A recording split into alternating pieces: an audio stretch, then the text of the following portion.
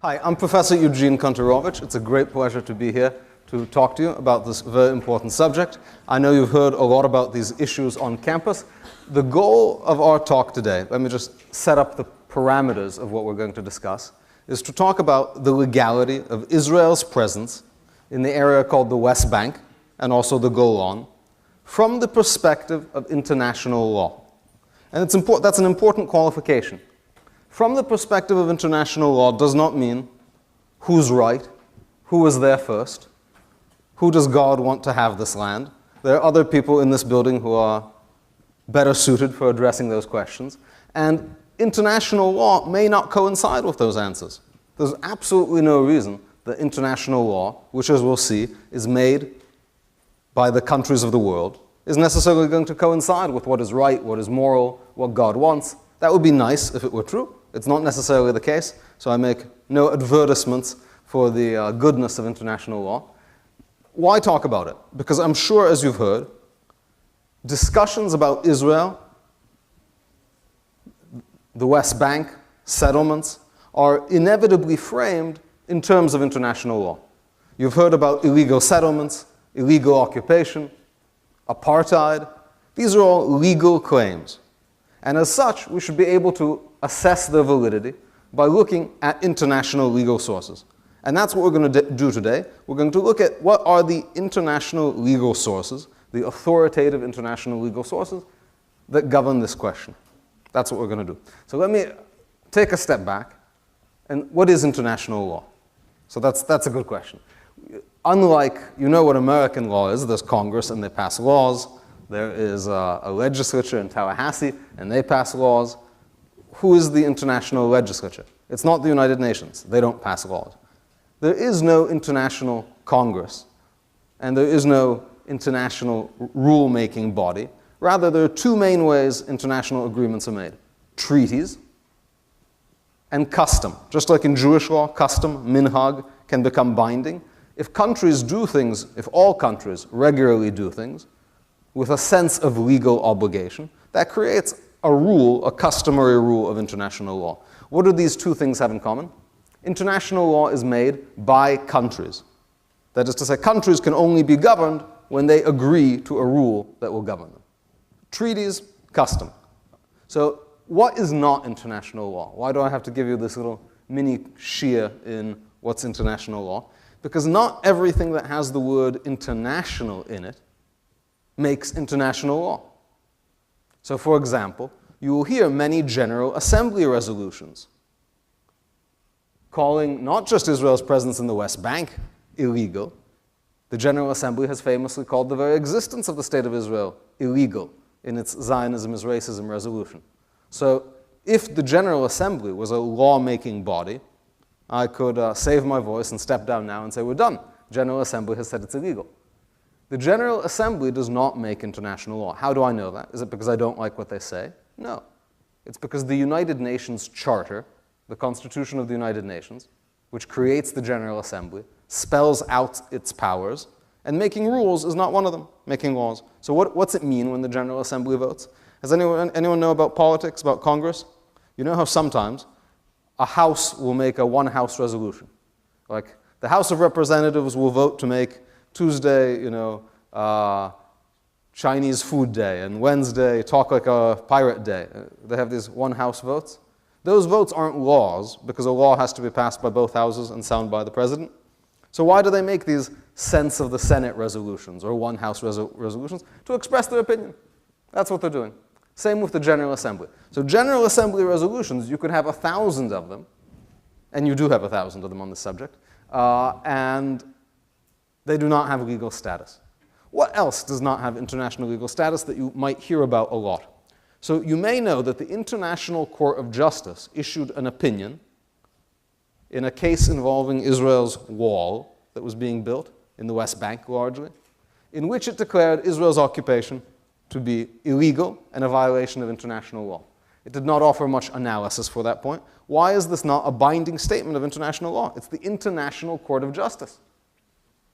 So the opinion is what's called an advisory opinion. What's an advisory opinion? It's an opinion in a case in which the court, by its own constitution, does not have the authority to issue a binding resolution. What's an advisory opinion? It's advice. Advice. And by the way, let me tell you something about this advisory opinion. The advisory opinion was a response. Who can ask for an advisory opinion? I can't go to the ICJ and say, I'm having a problem writing my international law article. Can you give me an advisory opinion on what international law is? The General Assembly of the United Nations asked for this advisory opinion. And if any of you are planning to go to law school, which Jews tend to do, you'll see there's this amazing trick. When you're arguing in court, the way you frame the question is crucial for the answer. A court really can't answer outside of the framework of the question. Listen to the question that the General Assembly submitted to the ICJ. Bearing in mind that Israel, the occupying power, continues to refuse to comply with international law vis-a-vis its construction of the above-mentioned wall, with all its detrimental implications and consequences, what are the legal consequences from the construction of the illegal wall being built by Israel? So, and the court said illegal, so the input is not, the output is indistinguishable from the input. There was no value added. Again, it's an advisory opinion. We're going to look to binding sources of international law. That is to say, actual treaties, things that countries have made authoritative. Security Council resolutions of certain kind fall into this category. Why Security Council resolutions of a certain kind and not General Assembly resolutions? Because the treaty that created the United Nations, which all the countries have signed, says the Security Council can make binding decisions because of the way it's constructed. The General Assembly is just like a town hall meeting. Everyone gets up and says their opinion. Okay, so I said we're not going to talk about who was where first, who came first, but so this is just going to be a blink of an eye in Middle Eastern terms. Let's just go back to 1516, not long. So what's great about this is I can cover 400 years in one slide. From 1516 to 1917, all of the area we're talking about, Lebanon and Syria, Israel and everything around Israel, belonged to the Ottoman Empire, which was based in Turkey. Islamic, non-Arabic empire. And it ruled much of the Middle East, and up to 1917, all of this clearly belonged to the Ottoman Turk. Those different colored areas are internal administrative divisions of the area of Palestine. You see, they divided it into 3 districts, north and south, which do not look, by the way, as you may notice, like the division between Israel and the West Bank. They look more like the division between the northern, central, and southern commands of Israel. Nobody argued that there was any problem with Ottoman sovereignty up to 1917. So up to 1917, we are clean. That's easy. So we're going to cover the first few thousand years of the world without any concern. Everyone agrees it belonged to the Ottoman Turks. Was that good? Was that nice? Wasn't a question. Ottoman Turks up to 1917. What happened in 1917, and this is crucial, the Ottoman Empire, along with Germany and Austria, were on the losing side of World War I. And as a result of World War I, all of the large, losing, multi-ethnic empires were broken up as part of the peace process. So the Allies had a peace conference, you may have heard of it, in Versailles in 1919, and they said the problem with Austro-Hungary, remember they shot the Serbs, killed the Archduke Ferdinand, so it was there were all these ethnic minorities living in one pan-ethnic empire. They thought that's a problem. We're going to give each country, we're going to make independent nation states. They did that in Europe, breaking up Austro-Hungary into Poland, into Austria, Czechoslovakia, half the countries you've heard of in Europe now. And they did the same in the Middle East, breaking up the Ottoman Empire into new independent nation states. And this was finally agreed to at a big international conference called San Remo. This was not a colonialist thing. Every country in the world was there. China, Japan, Ethiopia, and they all voted unanimously to create this system in the Middle East of new nation states. Unlike in Europe, where there was some history of parliamentary democracy in these new countries, Poland, Czechoslovakia, none of the Middle Eastern countries had a history of democracy. So they were going to be overseen by certain European powers as they transitioned to democracy. Right, so America occupied Afghanistan until they set up a government. Same type of thing. It's a transition occupation. And different European powers were assigned different parts of the former Ottoman Empire to steer to statehood. And this was called the mandate system. The mandate system. And what is central for our purposes is the League of Nations mandate for Palestine. You've often heard of it referred to perhaps as the British Mandate. And the League of Nations, what is the League of Nations? It was the predecessor to the Security Council between the wars. And it had, by its constitution, when it was created after World War I, the authority to make binding international decisions. All the countries agreed to this. And then this body, created by all the countries, came to the following resolution: to favor the establishment in Palestine of a national home for the Jewish people. Palestine was going to be a national home for the Jewish people because of the historical link of the Jews to Palestine. No other people's historical rights to Palestine were noticed, were recognized. The Jewish people, the international community recognizes the historical connection. Who is the League of Nations? You have to understand this. The League of Nations is everyone. The whole world voted for this. The whole world approved this. And Britain was going to create a Jewish state in Palestine. What is Palestine? That whole thing in blue is Palestine. And you'll see it includes the area of Israel, the West Bank, Gaza, Golan Heights, and the entire area that is now called the Hashemite Kingdom of Jordan. That was all supposed to be used for the creation of a Jewish state under an authoritative international resolution of the border issue. Now, today in college, a lot of people would say to you, why should we care about this League of Nations mandate, this British mandate? First of all, it's old. It was like 100 years ago. Who cares about that?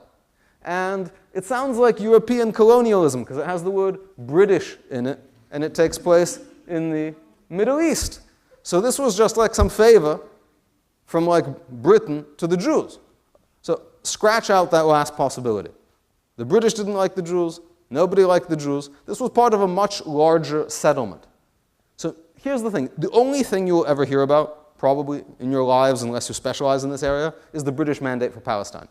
The British Mandate for Palestine was one of a gazillion mandates issued for these same purposes to create countries on the same day in San Remo as part of the same process. So as you see, Syria was actually called the French Mandate for Syria, from which was created Syria and Lebanon. Iraq was called the British Mandate for Mesopotamia. And there were other mandates created in other places. There were, I believe, 26 different mandates created, all of which later became countries or multiple countries. What does this mean? Every border that we have here, all of these lines dividing up all of the countries in the Middle East, all of them owe themselves to the League of Nations mandate process. That is to say, how do we know that this is the border between Syria and Israel, or Syria and Iraq, or Syria and Turkey up here? Those were all the borders that were drawn in the League of Mandate process. And in no other context do we say, oh, that was 100 years old and has the word British in it. Let me give you an example. So what France did with this mandate, they did something like what Britain was going to do here. They cut it up into two countries. Lebanon was going to be a majority Christian Arab country, and Syria was going to be a majority Muslim Arab country. Now, Syria, today, if you look in Syria's maps, Lebanon does not exist in Syria's maps, and that's why Syria occupied Lebanon for a long time. Because Syria always said, no, no, no, Lebanon's part of us, because we can't go by this 100-year-old mandate thing. Not a country in the world accepted that argument. Do you remember when Saddam Hussein invaded Kuwait? No, you don't. Saddam Hussein invaded Kuwait, and he said, this is part of Iraq. Now, he wasn't just being mean and making things up. He said, before the mandate process, this was a province of Iraq, and just based on the maps that they drew for the British Mandate of Mesopotamia, they took that away from us. So it's part of it. Not a single country in the world said, oh yeah, who cares about those 100-year-old mandates with the word British in it? They said, no, these borders are the borders. So if you call into question the borders of the mandate period, you actually call into question the border of every single country in the Middle East. All of these countries were created through the mandate process. And the questions only seem to be raised in the area of Israel. Article 25 of the mandate specifically says, if there are not enough Jews to have a country in this whole big thing, Britain can cut this part off and make a separate thing there. It's a little bit more complicated than that, but anyway, Britain did that right away. And here they created the Hashemite Kingdom of Jordan. The League of Nations mandate doesn't actually say that they can make a different country there. They say they can suspend the mandate. which suggests maybe it's temporary. But Britain cut this off and said, okay, that's no longer Palestine. So all we're left with from 1925 is this part, and that's Palestine, Israel, the West Bank, and Gaza. And that is where, under the League of Nations mandate, the Jewish state is supposed to arise. So if the Jordanians, for example, why does Jordan exist? The British mandate for Palestine. The very same mandate. And no one ever doubts Jordan's right to exist or its particular borders. Okay. What is a mandate? A mandate is like a trusteeship. You know, sometimes people have parents with a lot of money. God forbid the parents die. They hire a trustee to make sure the person doesn't get the money until he gives up fast cars and things like this. Okay. That's what this is. By the way, this system, this mandate system, which sounds old and kind of colonial, it continued to exist into the United Nations system after World War II. They just renamed it the Trusteeship Council. And America was a trustee of several countries well into the 90s. So usually in trustee law, what's the concern? Usually you're worried that the trustee, the guy who's sitting around guarding the money, is going to run away with it while the young guy's driving the fast cars. Normally, so you're afraid the trustee will take the money and run. What happened with the British mandate is very unusual. The trustee left the money and ran. What's that mean? Britain, after World War II, Britain was supposed to create a country here. And they said, look, we know that the Arabs and the Jews are going to go at it as soon as we say there can be a Jewish state. Britain was supposed to turn over the keys to the Jews, so to speak. But they said, as soon as we do that, we're going to get caught in the middle of this big Arab-Jewish war. And indeed, that's, you see, they've cut off Jordan. They've cut off Jordan, and they gave another part to France. So they said, indeed, there's going to be a big war here. We're getting out of here. Jews, if you want your own state, take it yourselves. We're not setting anything up. They were broke after World War II. We're out of here. And they took off. Now, when it became clear, when the British announced that they were leaving, the world understood that there was going to be a big war here. And so the General Assembly, the newly created General Assembly, and this is very important, you're going to hear this quoted all the time, sent fact-finders, experts, to the area to try to propose some kind of solution. And they said, look, here's what we're going to do. We're going to take, okay, so remember, this is Palestine at first, then Britain cuts it in half. So now, and they said, well, we're going to take this, what's left of it, and we're going to cut it into 6 little pieces. And we're going to give the Jews 3 pieces which touch at a corner, and we're going to give the Arabs 3 pieces that touch at the corner. So all that will be left of the Jewish state is this, this, and this, these little parts touching at the corners. Note that Jaffa, have you all been to Jaffa, a very beautiful place in southern Tel Aviv? You should go. That was supposed to be an Arab city in southern Tel Aviv. And as you see, Jerusalem and everything around Jerusalem, Beit Shemesh, this was all going to be Arab. And Jerusalem was going to be an international city supervised by these kind of like Canadian police people. They never arrived, actually, because while they were on the boat, they heard that there was like actually fighting in Jerusalem. And they said, oh, we didn't understand this was like a shooting job. And they turned around and they went home. So everywhere around Jerusalem was going to be Arab country. This was the partition proposal. What legal status does this partition proposal have? None. Why? Because it's the General Assembly, firstly. Secondly, there's another article in the United Nations Charter that says that they cannot change the rights of people under mandates through the United Nations. So Israel, by the way, accepted this deal. The leadership of the Jewish community in Israel said, okay. And the Arabs said no. If everyone had said okay, then it would probably become binding international law, because how does international law get made? By the agreement of countries. So if 2 countries agree to this is going to be our border, that's a binding decision. But they don't agree. And you will often hear that Israel was created, or Israel's legitimacy was recognized by the General Assembly partition proposal, or that in 1947 the UN authorized or recognized Israel. Far from the truth.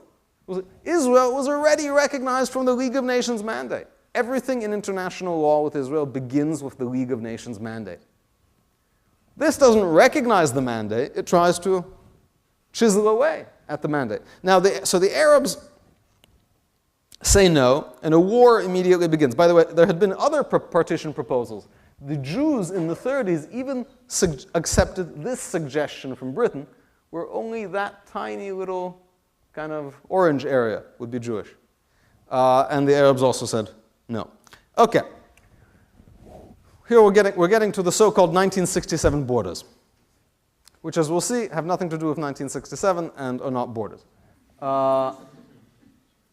Okay, so this looks familiar, probably.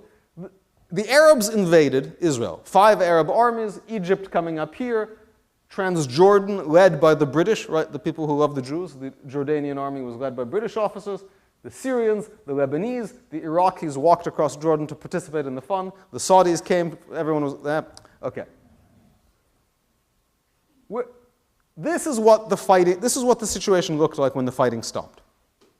This line is what you call the green line, right? Every time you hear the phrase the West Bank, Gaza, occupied territory, territory that Israel is occupying, settlements across the green line, it is this line that we're talking about. And there are a few very important observations to make here. Firstly, this line never existed in the history of the world before 1949. What does that mean? That means this line does not track any underlying demographic, historical, political, topographic, or any other kind of realities. That's why it goes through a city. Right? It's not a historical division into administrative units. It doesn't look like any of the maps I showed you before. Where did this line come from? Why did they decide to draw a line like this? This line is simply how far back the Jews managed to push the Arabs. So remember, the Arabs invade from here. Their goal is to conquer this whole thing. So the Egyptians get all the way to the suburbs of Tel Aviv, and then the Haganah, the Israeli army, pushes them back this far, but can't push them all the way out. The Arab armies surround Jerusalem, push all the way up onto the hill here, and then they get stopped and pushed back a little, and pushed halfway out of Jerusalem, but not all the way. In other words, this is simply where the fighting stopped. And indeed, these borders, these so-called borders, how were they fashioned? They were an armistice agreement between the warring armies. What's an armistice agreement? It's not a peace agreement. It's not a border agreement. It's we're going to stop shooting here for a little bit. This is like the ceasefire line. And this is what the armistice demarcation lines are. This is the very document that created those lines for the first time in the history of the world, says it is not to be construed in any sense as a political or territorial boundary. That's the Israeli-Jordanian armistice line. Why do the Jordanians not want it to be construed as a boundary? Because they're saying, we're not done trying to conquer the rest of it. And Israel says, well, we're not done trying to win back this. We see a few important things. The occupation of the West Bank, the military occupation of the West Bank, began in 1949 by Jordan. So remember, League of Nations mandate, up to 1948, all of this area was Palestine, reserved as a Jewish state by the League of Nations mandate. Jordan comes, and in a war that was at the time universally regarded as an aggressive war, chops off this part in an attempt to conquer the whole. So from 1949 to 1967, these areas were under Arab occupation, under the occupation of Egypt and Jordan, respectively. How many United Nations resolutions are there? So every year there's, I would say, a few dozen United Nations documents and resolutions condemning the occupation of the West Bank, the Jewish occupation. How many United Nations resolutions mentioned the Egyptian and Jordanian occupation, and in the case of Jordan, purported annexation? They claim to conquer it and make it part of Jordan, of the West Bank. 0. So it's an interesting thing. So apparently, occupation is not always a bad thing. So what do we see here? First of all, why are they not 1967 borders? Well, first of all, they're not borders. And they were established in 49. 67 is when they were erased. They were established in 49 as an armistice line between the Israeli and Jordanian and Israeli and Egyptian forces. Nothing more. An important point emerges. Only 2 countries in the world, Britain and Pakistan, recognized Jordan's claim to the West Bank between 1949 and 1967. To say that this green line, this line, is in any way sticky, that is to say, that it is the beginning of the basis for Palestinian territorial claims, that Israel's rights are somehow limited or suspended in that area, that Jewish rights are limited or suspended in that area. What does it mean? It is to retroactively legitimize the Arab conquest of 1949. That is, that in 1949, no one thought that Jordan was entitled to take this. But to say now that that is in any way Palestinian territory, or that Israel's claims have been weakened to it, is to retroactively say, you know what, the Arabs get to keep what they won in their war to destroy Israel. It seems hard to see why one would want to do that. 1967, Israel launches a war after Egypt tries to close off shipping to Israel and makes amazing conquests. Amazing conquests. They take Gaza and the West Bank, the Golan Heights from Syria, and the Sinai Peninsula. Wow, it's a lot for 6 days. Crucial point. Israel's international legal claim to the Sinai Peninsula and the Golan Heights is going to be different and perhaps weaker than its claim to Gaza and the West Bank. Why? Why is that? They weren't included in the mandate. What is the West Bank in 1967? What is the status? Was it Jordanian territory? No. Was it Palestinian territory? No, because no one had ever heard of them. What was it? It was that part of the British mandate for Palestine, for a Jewish state in Palestine, that was illegally occupied by Jordan. So Israel has a very good claim to that. What's the international legal basis for Israel's right to this territory in blue? Why does Israel get to have that under international law? British mandate. And so it's the same, not the armistice line, the British mandate. So the West Bank and Gaza Strip, that either belonged to nobody or belonged to Israel and it was taking it back. Those are the two possibilities, I think, under international law. It was not the recognized territory of any other sovereign. The Sinai Peninsula was undisputedly sovereign Egyptian territory. There was no doubt. That is, if in 1966 you said, who does the Sinai Peninsula belong to? Everyone would say Egypt. If you said, who does the West Bank belong to? Nobody would say Jordan, the Arabs. Say it's under Arab occupation. So those are very different legal statuses. Very different legal statuses. That is not to say that Israel is without a basis in international law for holding on to the Golan and the Sinai Peninsula. What is the basis? Defensive conquest. No, so in 1917 they didn't give the Sinai and the Golan. Just what? Defensive conquest. So in international law, you are forbidden from acquiring territory by conquest, by aggressive conquest, unless you are Arabs trying to conquer the West Bank and Gaza from Israel. That seems to be a major exception. But other than that, or North Vietnam conquering South Vietnam, or China conquering Tibet, or Russia conquering Jordan. But okay, other than that, you're not allowed to, if you're Israel, you're not allowed to conquer.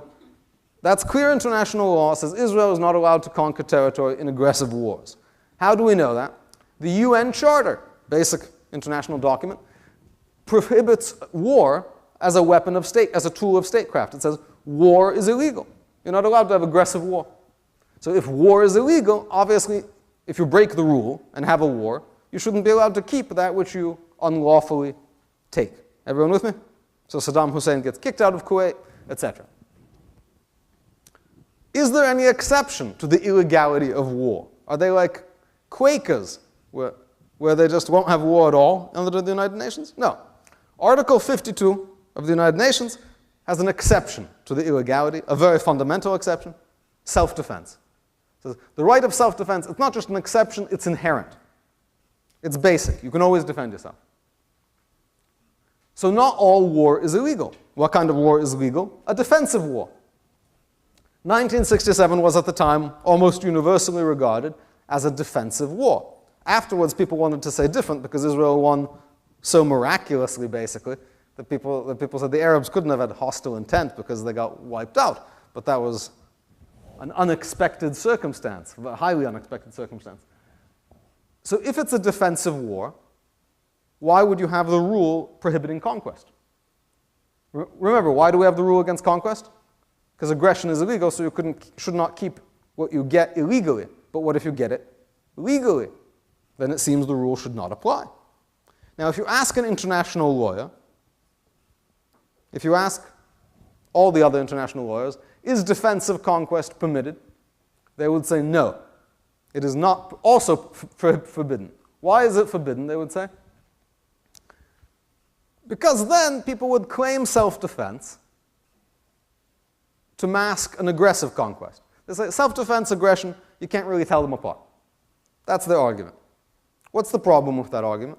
There are a few problems. One I would like to mention, if you can't tell self-defense and aggression apart, then the entire United Nations Charter peace system is incoherent because it is based on aggression being illegal and self-defense being legal. And if those two things are just fundamentally indistinguishable, then the UN Charter has some really basic problems. So defensive war. Now, interestingly, so while Israel's legal claim to the Golan is weaker, you don't hear as much controversy about the Golan, even though the claim to is much weaker than the claim to the West Bank, which is much stronger. Okay. Remember that the Arab states were on the side of the Soviet Union, Israel was on the side of America, so this was like a big superpower standoff, and the whole world was in a tizzy about the Six-Day War. The United Nations Security Council met for a long time, and they tried to figure out what to do about this.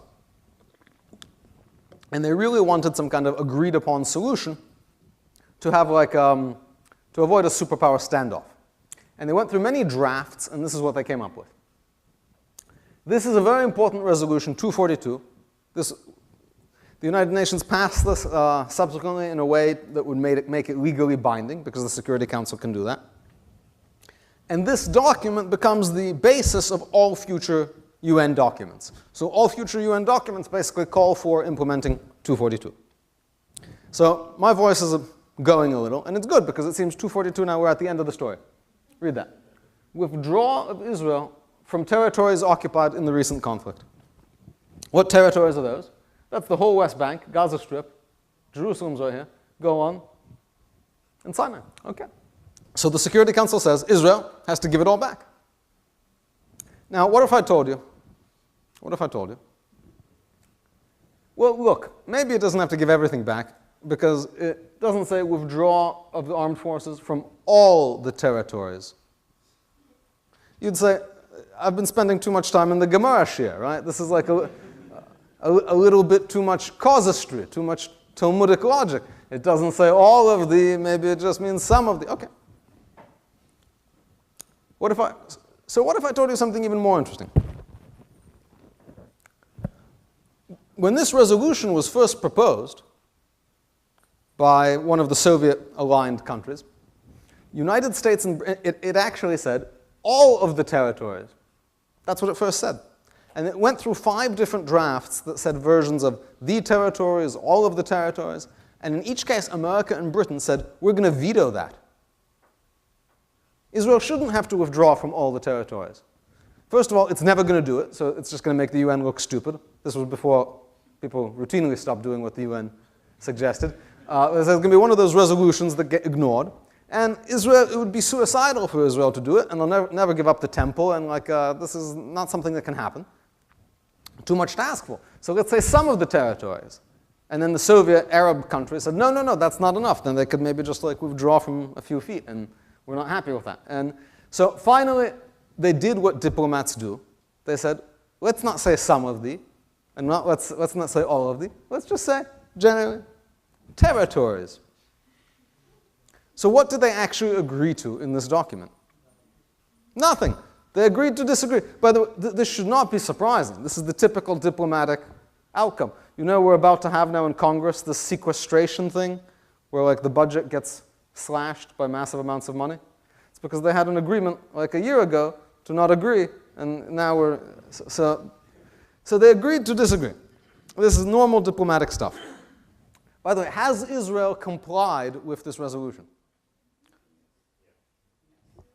Well, if it had just withdrawn from 1 foot and said, haha, territory, that might be a breach of bad faith. But they have withdrawn from, They have withdrawn from 99% of the territory captured. That is to say, the Sinai Peninsula, Gaza, and much of the West Bank. Okay. In short, Israel has a strong legal claim to the West Bank based on the League of Nations mandate. And even 242, and basic principles of international law. You will hear many people try to argue why these things don't apply in the case of Israel. The League of Nations mandate doesn't apply. The question to always ask is, show me another case where you apply the rule like this. I would challenge anyone to find another case, for example, where a defensive conquest has been called illegal. Right, so how do we make rules in law? When you hear people talking about Israel and international law, people make very strong statements. International law clearly says. Now, international law rarely says anything clearly because there's no central promulgating authority. And there usually are a thin number of precedents. What is a law? A law is a rule phrased in general terms applicable to unknown future situations.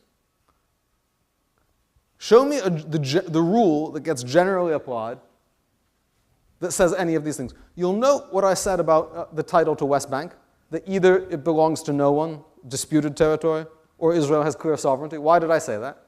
Because there's no clear rule in international law to pick between those two possibilities. The situation in which a mandatory power abdicates and leaves it up for grabs, it's not clear. Does that mean that the title automatically vests in the country that has the rest of the territory? It's not clear. That's usually the answer in international law. And if someone is telling you something is a bit too clear, they're probably selling you something. Okay. Settlements. What are settlements? We hear so much about the settlements. Settlements are a popular expression to refer to Jewish civilian presence in the West Bank after 1967. There was no Jewish civilian presence between 1949 and 1967 because they were all kicked out by the Jordanians. There was a Jewish presence before 1949. They don't get discussed so much. After 67, Jewish presence becomes called settlements. And settlements are supposed to be illegal under international law and the root of all our problems. Okay. First thing to understand, the entire discussion about settlements boils down to one word in one treaty and what it means. The idea that they're occupying anyone, the idea that building houses is a problem, the idea that settlers having babies is a problem, all comes down to one word, which we're about to see, in one treaty, which may not even apply to the conflict, and what it means. You will see that a meaning is tried to be put on that word, which I think is extravagant. The treaty, first of all, so there is no word called settlements in international law. You could read every international law, treaty. The word settlement is not used. Now, in the Geneva Convention was passed in 1949, and it governs armed conflicts. There is a discussion about what's called population transfer. Now, the Geneva Convention may not apply at all to this conflict. Why not? Because the Geneva Convention applies to the occupation. So we have occupying power. What is an occupation under the Geneva Convention?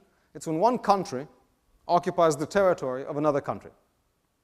So why would the Geneva Convention not apply to the West Bank?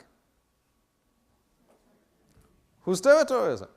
Nobody, and to prove this point most strongly, between 1949 and 1967, when Jordan occupied the West Bank, and the international community didn't accept that it belonged to Jordan, but didn't accept that it was part of Israel either, nobody thought that Jordanian construction, nobody said at least, that Jordanian construction in the West Bank represents settlement, or that the Geneva Convention applied there at all. And I looked very hard. I mean, like, nobody in any kind of document that one could find with reasonable amounts of research. Certainly no resolution. So let's say the Geneva Convention applies, which I think it does not. So we get down, Article 49 is all about attempts to change the demographic composition of occupied territory. These were things that Nazi Germany had done, like deporting people from the territory, moving colonists in. Most of it is about deporting people from the territory. But 49.6 says, the occupying power shall not deport or transfer parts of its own civilian population. Okay, so nobody thinks that settlers are being deported. So really the question is transfer. Transfer. First of all, who can violate the Geneva Convention? Who can commit a violation of the 49.6? The occupying power. Right? Because it's a treaty. Treaties are about the conduct of countries. So if a Yid decides to build himself a house in Gilo, a neighborhood in Jerusalem considered occupied territory, or wants to build himself a house in Efrat, in the West Bank, it is very hard to see what Article 49.6 has to say about it in the first place. Right? This is about the occupying power. This is about mass organized movements of people. So if Jews want to move to these areas, which they do and which they have, for a variety of religious and economic and normal reasons, it doesn't seem that this addresses it at all. Indeed, in many cases, the Israeli government was opposed to the creation of settlements, and people would come to a hilltop, set up some tents, and they would get kicked out by the army. And the army would kick them out again, and they would kick them out again, and they would kick them out again, and finally the army would say, okay, we give up, you can stay. It's agreed that what the word transfer means is not absolutely clear, but other international law professors want to read it to mean the occupying power shall not deport or transfer parts of its civilian population into occupying territory, and if they wish to go there, they shall lay landmines, they shall put up machine gun posts, they shall block them, they shall prevent them, and anyone who sneaks through they shall forcibly evict. That's how they want to read it. It doesn't seem that that's what it says. It says the occupying power can't take parts of its civilian population, dump it in the occupied area. It doesn't say anything that has to stop them. It certainly doesn't say that occupation would create a system of effectively an apartheid system of racially exclusive zones where nationals of the occupying country are not allowed to move into the other area. Certainly does not say that. By the way, it shall not transfer. Let me just give you an example. Anyone been to Jerusalem before?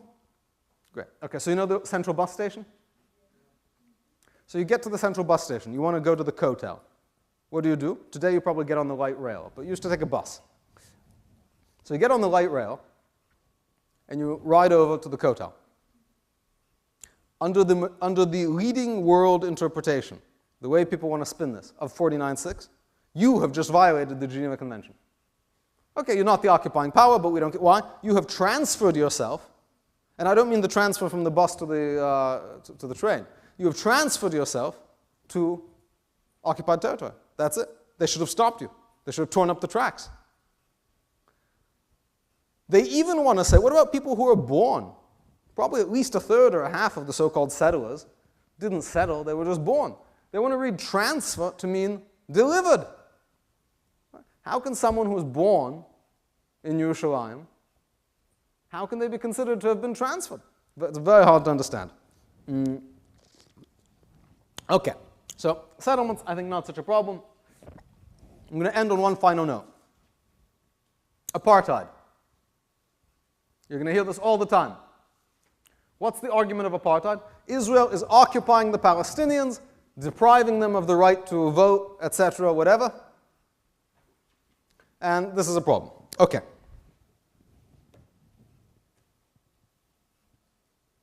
So the Oslo process that began in 1993, you know the Palestinian Authority? It used to not exist. Like, I remember. There used to be no such thing. Israel said, Palestinians, you can have a government. And they have a government which controls, the Palestinian Authority government controls 95% of the Palestinian civilian population lives in the areas of the West Bank and Gaza controlled by the Palestinian Authority. You've heard that one reason Israel should give up land to the Palestinians is because they have a democratically elected government. Yes? Mahmoud Abbas? He's legitimate because the Palestinians democratically elected him? Okay. So here's the question. If the Jews are depriving the Palestinians of the right to vote, of the rights of citizenship, how did they democratically elect Mahmoud Abbas? That's the mystery to think about. That is to say, the claim of apartheid is that Israel is obligated to let the Palestinians elect their own government and the Jewish government. They want to vote twice. They want to vote in Palestinian elections and in the Israeli elections. Okay, the Palestinians actually have a country in which, I mean, I wouldn't say they vote like we vote, but they vote as much as people vote in the Arab world. Okay, do you know what plus 970 is? That's a country code to call up Palestine.